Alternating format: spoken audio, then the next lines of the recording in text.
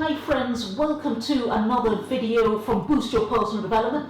This channel is all about empowering you on your personal growth journey. That is the whole reason why I make these videos. And I have an important question for you. Have you fallen out of love with your job? Because essentially when you're in a job, and a full-time job in particular, you're in a relationship. And the question I want to ask you is, are you emotionally available? In other words, are you ready to make a long-term commitment with your job? And I want to also address the idea that, does your job have what it takes to keep your love life burning? Because the truth is that if you're in a full-time job, you're probably in your job longer than you're with your partner back home. But don't get me wrong, I understand that you may never have been in love with your job in the first place, and you may well be tempted to dust off your CV and start looking for a new job. But as Wavelength by Ashana states, don't quit your job just yet. Just give me a chance here, because what I'm going to share with you in this video are 5 simple steps that you can take to rebuild your love affair with your job by creating a brand new attitude about how you feel about work. You're going to be redefining it, repurposing it, and looking at it with fresh eyes so that you can get 100% satisfaction, or as close to 100% satisfaction that's possible.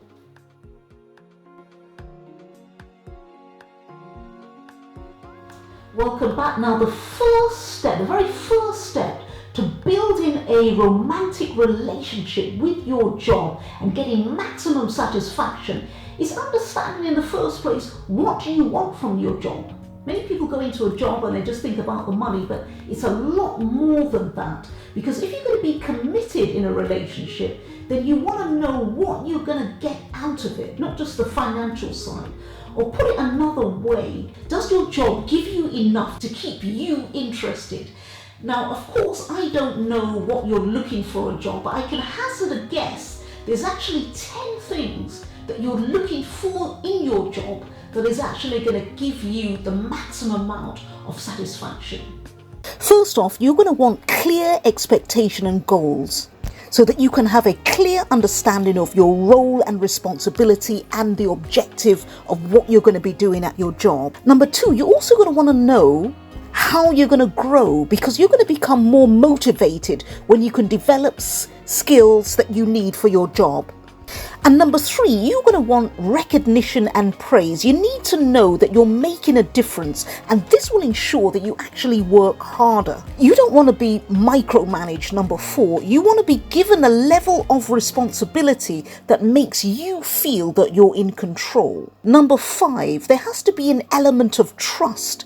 You want to work with people who trust what you're doing, they're candid about what's going on, there's no secrets or there's no mistrust. Communication, number 6, is also a massive key. Most people want to know what's going on in their team and as an individual, and communication here is the key. You also want to be valued and appreciated. This is where number 7, respect, comes in. And along with this, you also want to be learning continuously, training to focus and to be kept up to date. Number 9, the idea of achieving something is very important. This will make you feel that you're winning at work. And finally, number 10, pride in the work, so that you know that you're on point and feel a sense of, hey, I'm glad I'm here. I'm glad I'm at work and I'm doing something that's of value. Now, if you're lacking any of these 10 things in your job, then you're going to suffer from reduced satisfaction. But don't worry, you can do something about it. And this brings me to the second step to building a romantic relationship with your job and getting the maximum degree of satisfaction. And that is to reposition what you are doing in your job, to rethink it and remold it on your terms, nobody else's. And it starts with a solid foundation, and that is building trust in yourself first of all, and understanding that no matter what happens in your job, you define you. You are confident in you. And as a Christian, I always remember that I am fearfully and wonderfully made by God. And He does not judge us because we are not doing well at our job. And no matter what happens, He will always love us. And what matters, therefore, is how we love Him and how we love each other. So with that being said, how can you reposition, remold, and rethink your job? And the first piece of advice that I want to give you here is pretty simple. Gain satisfaction in your job by running it as if you were running your own business. And I know you might be thinking, why should I actually work in a job as if I'm working for my own business? But think about it this way. What would you do if you were running a business and you wanted to make the maximum amount of money? The harder you work, the more money you make. But know this, it's not about working hard, it's about working smart. What could you do to automate tasks so it takes less time and enables you to make more money? And if you think about your job in the same term, you're going to be working a lot more smarter than you did originally. And you'll be surprised how you will use any resources to cut down the level of work to get the maximum results possible. If you try working in this way, you'll be amazed it really does work. The next thing you need to know is that if you feel overwhelmed at work, focus on being in the moment and think about finishing one task at a time. Imagine you were building a house, you need to build the foundation first. And if you don't finish a step, don't beat yourself up about it. Pick up where you left off the next day.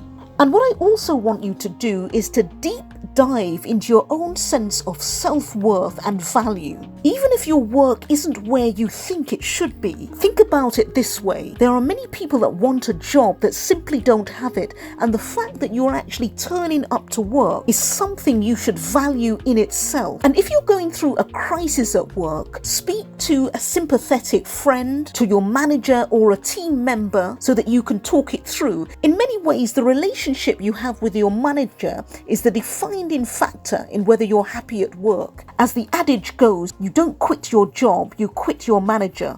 So if you're not getting on with your manager, let them know how you feel. Bring a friend with you at the meeting to support you. You should also try to play to your strengths, because research shows that the more we employ our natural talents, the more likely we are to be happier at work and more engaged. So ask your friends, your managers, your co-workers, what particular talent or strength you have that you might be able to utilize more. And if you're looking for more inspiration, please check out my website, boostyourpersonaldevelopment.com. I've put a ton of content there designed to keep empowering you on your personal growth journey.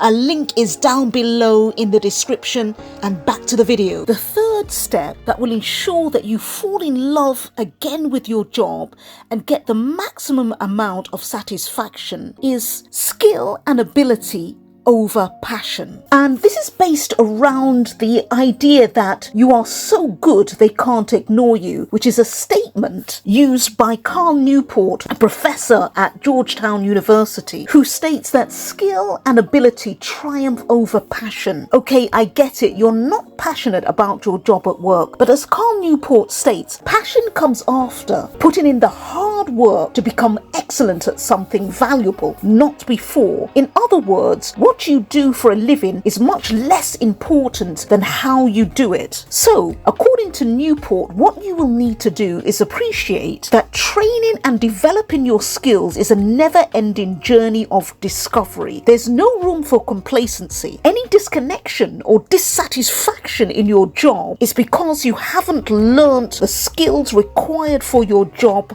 fast enough.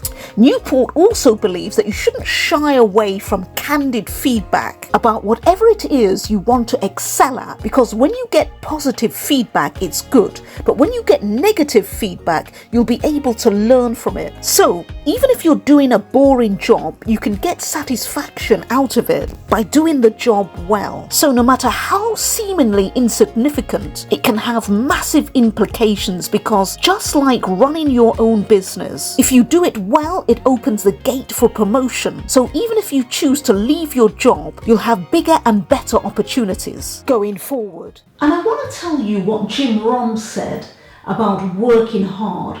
He said that if you invest in your job, you make a living. If you invest in yourself, you make a fortune. So it's about looking at your job based on what it can do for you on personal terms. The fourth step you need to take to build a romantic relationship in your job and gain maximum satisfaction is to think about the attitude you bring to your job. And to do this, I want you to cast your mind back to when you first started your job. Starting a new job is kind of like moving to a new town. It's a chance to start over, to reinvent yourself and do something great. And now think about how you feel now. Is your job more like an obligation, or even worse, a source of anxiety? Let's go back to the idea that your job is like being in a relationship, or in a relationship with a potential partner. Consider what attitude you're bringing to the party. Is it positive, negative, or neutral? Because for a romance to happen, you have to create an environment that either party are able to bring at least 50% to the table. So going back to the 10 things we discussed earlier, how many of those things are missing from your work at this time? And be honest with yourself. Is your company able to deliver on any or all of the 10 things we discussed? And consider whether this is a result of your attitude at work. How do you get on with your team members? Do they have the same values as you? Or do you find that you're in conflict with your team? I want you to consider this because the attitude that you bring to work has 3 components. An emotional component based on how you feel at work, your cognitive skills, which is based on how you perform at your work and how you get on with your managers and co-workers, and thirdly, your behavioral skills. And if you don't bring with you adequate emotional and cognitive skills, this is going to have a direct impact on how you behave at work. So bringing a positive attitude towards work is a must in order to get the maximum satisfaction, and it all goes back to doing your job as if you're running a business. And this brings me to the 5th step that you will need to take in order to fall in love with your job and get maximum satisfaction, because it's all about building a connection between your emotional and cognitive and behavioral skills. And this all goes down to one single word: objective. What is your objective in your job? In any position you hold, the objective should be to improve yourself. And in improving yourself, you will improve at your job. But it doesn't stop there. It's about what you can do to grow and what you can do to get the most out of your job so that you can move forward. So falling in love with your job and getting 100% satisfaction, or as close to it as possible, is all about what can you get out of your job going forward, and how is that going to impact and make a massive difference in your life. And the next piece of advice I'd like to share with you is praise yourself when you do something right. Don't always look for management or somebody else to praise you well, because that is going to help you going forward. It's all about you here, how you can empower yourself and improve yourself going forward. So the main thing here is that you use the job to invest in yourself. The job is investing in you, but you need to invest in yourself. So good or bad, you can use it going forward to do whatever it is that you want to actually achieve. I hope you got a lot out of this video. Don't forget to subscribe and click on the notification bell. Share this video with anybody you think would benefit from it, and I will see you in the next one. Take care for now, and bye-bye.